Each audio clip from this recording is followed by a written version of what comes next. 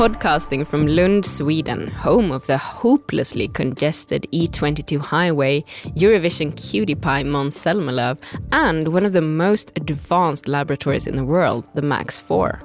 This is Intronauts, bringing you inside the Max 4 facility, where you get to meet some of the greatest minds and the explorers of tomorrow. I am your host, Toril Kornfeldt, together with Communications Officer Laura Raster. Yes, and today we chat with physicist and founding father of Max 4, Professor Mikael Eriksson, about his humble beginnings and vision for the future. So, Mikael, so nice to have you here. I'm also happy to be here. Let's start with the most basic questions. What is Max 4? How would you describe this facility?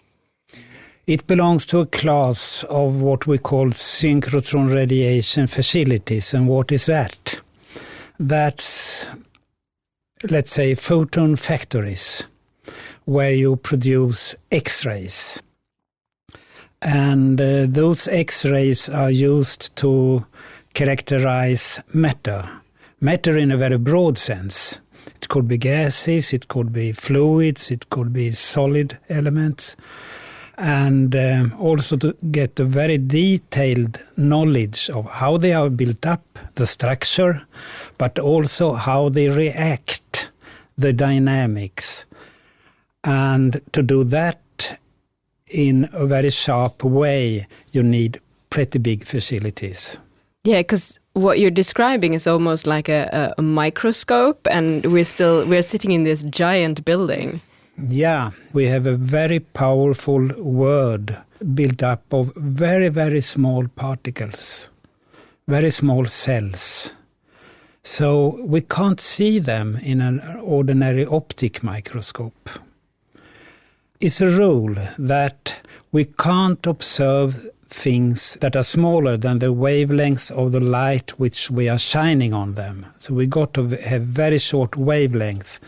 And that's X-rays. So this is basically a facility to try to understand matter, observe it, and to see what happens to it. But let's back up a bit. How did you end up here? What is your background? After the military service, I went to Lund to study nuclear physics, because that was à la mode at that time. And after a while, when I was a PhD student, there was a decision from the Research Council, which was called the Atomic Research Council, that the laboratory should be closed, the Lucy synchrotron. So the future looked dark. Then two gentlemen entered the small room I was sitting in and said, "Oh, we have an idea, because we have lots of technical knowledge here, and you are very interested in electrodynamics. Couldn't you try to find out how we could build a small machine which we can operate at the university level, at the faculty?"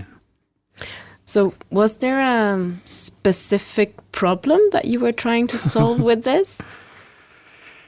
The idea was to build something which was good for nuclear physics experiments. But then my friend from Stockholm, he had just been in Wisconsin and came over and said, "There is something called synchrotron radiation.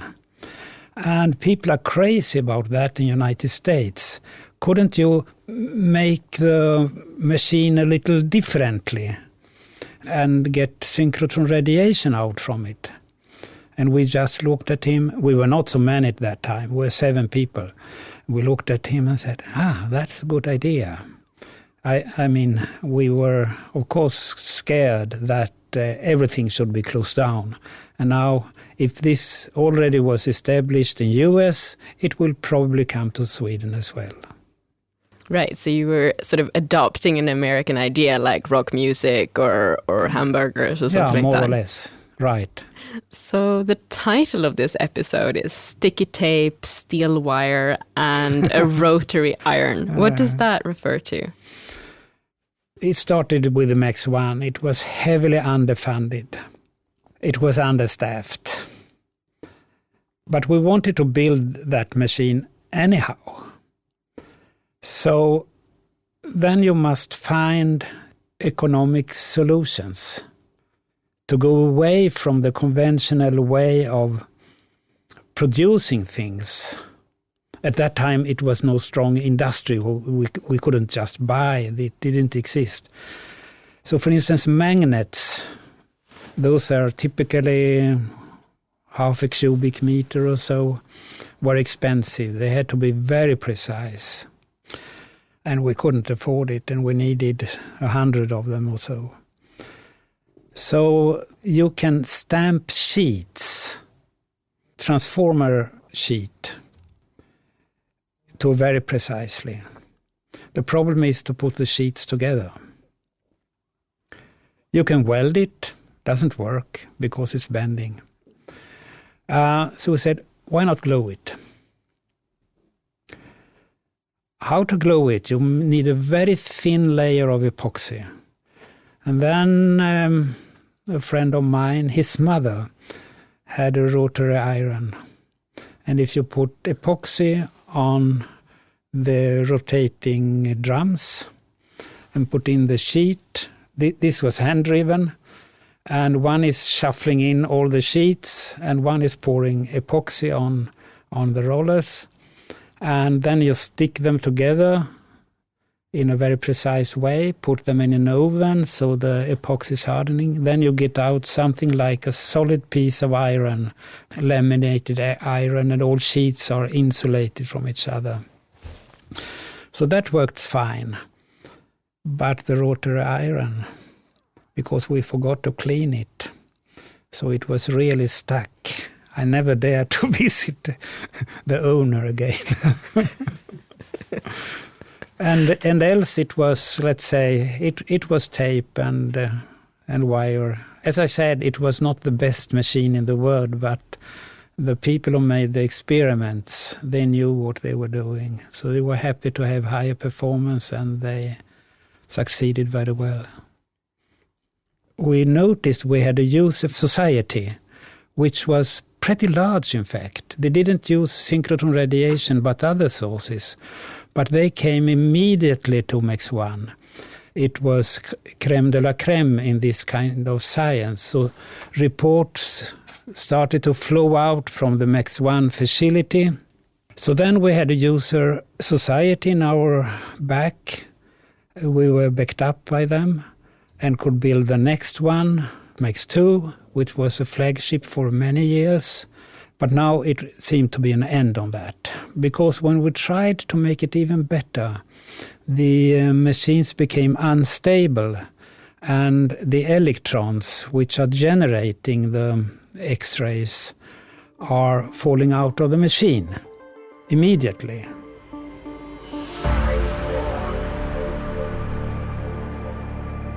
So do you remember when you came up with the idea, this solution to that? How did it happen? Let me first describe with a few words how the machine works. You have a ring of magnets which are bending the electrons, so you get a closed orbit, so they can rotate in the machine for billions of turns within a vacuum chamber of a couple of centimeter diameter.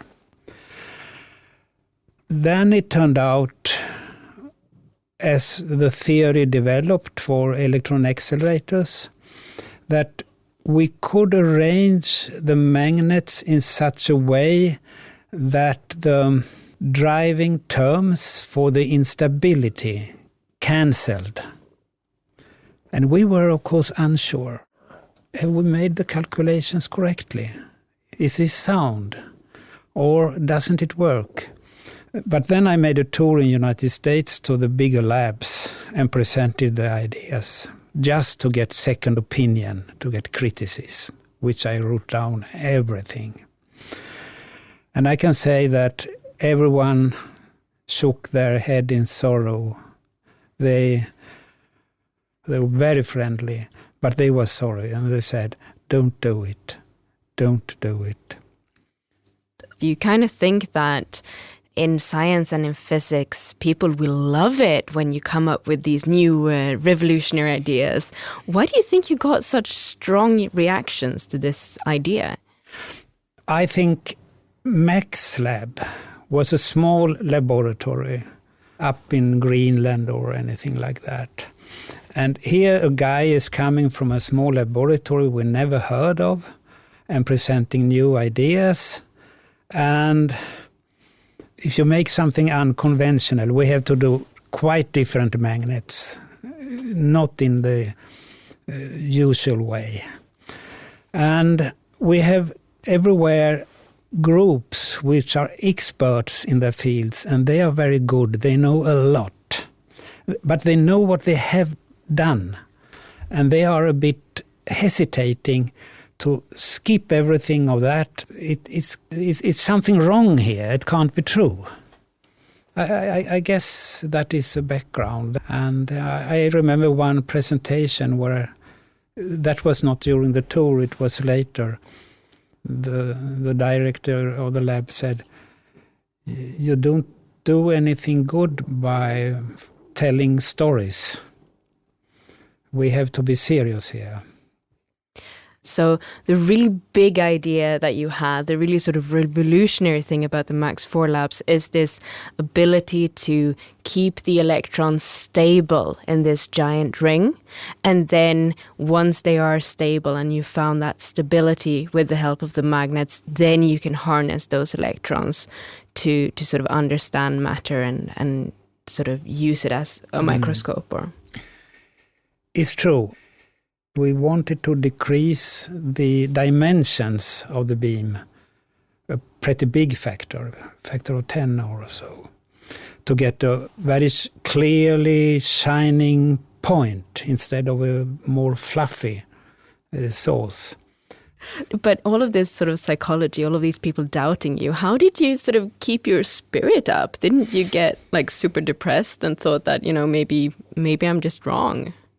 It's different from person to person. I didn't care. And I got support from the group. I mean, we had lots of discussions and many ideas. I mean, it sounds like I am the one, but it's a team, honestly. And after I visited some 6 laboratories, of course, I went home and the group sat down and we took remark after remark, and some were relevant, some were not. We changed a little here, a little there. I think it was a very good tour. And then we thought that now we have a stable machine with a high performance, and then we sent in the application. This machine couldn't have been built without help from our friends. At many labs, there were persons who really supported it and came with ideas which we absorbed. And then when the project was funded and we started to actually produce everything, then many labs helped us, because still we were too small to succeed with this project. I remember when I was in Novosibirsk, and Gennady Kulipanov, who was the director there, and I was complaining because putting up the ring, then we had 4 teams going around, and one team should put up all the vacuum system, and I tried to get vacuum experts here for 2 months to set up the system from everywhere. It didn't work. So I complained to Gennady Kulipanov and said, I can't find any vacuum people putting up the ring. And he patted me on the shoulder and said, don't worry, Michael, I send my boys. What would you say to these people now that helped you along the way? Of course, we thank them. And often we try to employ them. And in some cases we succeeded. I will not mention names, of course, here, but there are several people who were burning for that.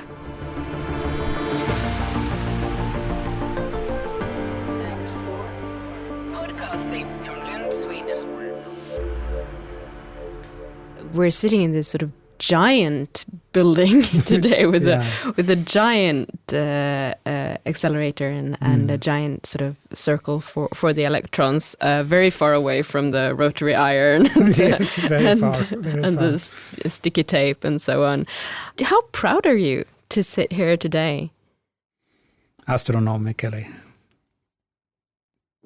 2016, I was 72 years old when it took me 2 microseconds to decide to retire. The operator started to shoot the electrons into the Max-4 rings, and at one of the first shots it went 3 turns around the machine without any trimming or anything. We just plugged in all magnet values which we had calculated, and I saw it go around. And then I understood it's not gonna be more funny than it is now. Now it's lots of work to finish, to clean up, but it works. So 2 millionths of a second, and then suddenly I realized I had decided to step down because my temper is not so suited to clean up afterwards. I can start lots of things, but there are people which are much better in fulfilling the project. And I knew that. Sounds like a perfect time to sort of step away at that sort of height of triumph. I think so. If you look ahead, what do you hope that Max-4 will lead to in the future? The accelerators are only a part of the project. Even bigger is the project of getting all the experimental stations. We have room for some 30, and some 16, I think, are financed. It's time to harvest now. So can you talk a bit sort of broader of what kind of questions will you be able to answer? What sort of research areas are you looking into? Yeah, I'm just a poor machine builder. That's really a challenge to go into that when you have the experts around, and some of them might listen to this program. So I'm a little hesitating. I have my perception, of course, but it's going to be criticized if I go much in detail. But I think the broad picture which you asked for is coming back to this word we cannot see and which is ruling everything. Take medicals, drugs, for instance. The old way of making medicines or drugs is they mixed lots of things, gave it to the cat which was sick, and if you were lucky, the cat was better, or in most cases it just died. If it succeeded, you try another animal which is more like us, etc., etc. This takes an awful time. What they do nowadays is that they want to see what the molecule in the body looks like, the structure of it, and also which elements is built by, and how those elements are situated in the molecule. And then they have sophisticated programs saying, oh, if we move that sulfur atoms from this position to that position, it will stop the virus attack. All larger medical companies have access to synchrotron radiation. As we can make, we call it brilliance, the photon flux in a small area, higher and higher. They can look at finer and finer details and see structures they are not able to see now. So that's the demand of having spatial resolution. But it's also so that when reactions happen, if we look for the dynamics, often ultra fast. One electron is jumping from one atom to another, and the molecule is changing its behavior completely.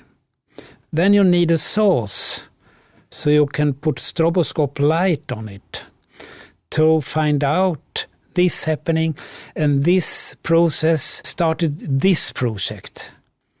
And then you really can start to steer everything and also make new materials. And when you think about all these different, like, fantastic examples of how X-ray light can help solve challenges and make new materials, if you think about your own opinion of this, what you regard as maybe the most important area for Max 4 at this time or in the future? When we started with Max 1, it was certainly physicists which came to find the properties of the physical properties of matter, including astronomy. Now what is increasingly important where Max 4 and, I would say, the system machines coming up a little later, because everyone are building this kind of machines now. I think it's a dozen or so. The sharp thing is life sciences, I believe. That we are starting to be able to look for the details in biology, where medicine is one technique, but biology is much bigger. And we had an engineering period, I think, where development was dominated by engineering thinking, how to make things better. Then, by observing nature, I think we realized that nature was much more clever than we were. For that, we needed to understand how it worked. There are many examples of that. It's interesting to follow it.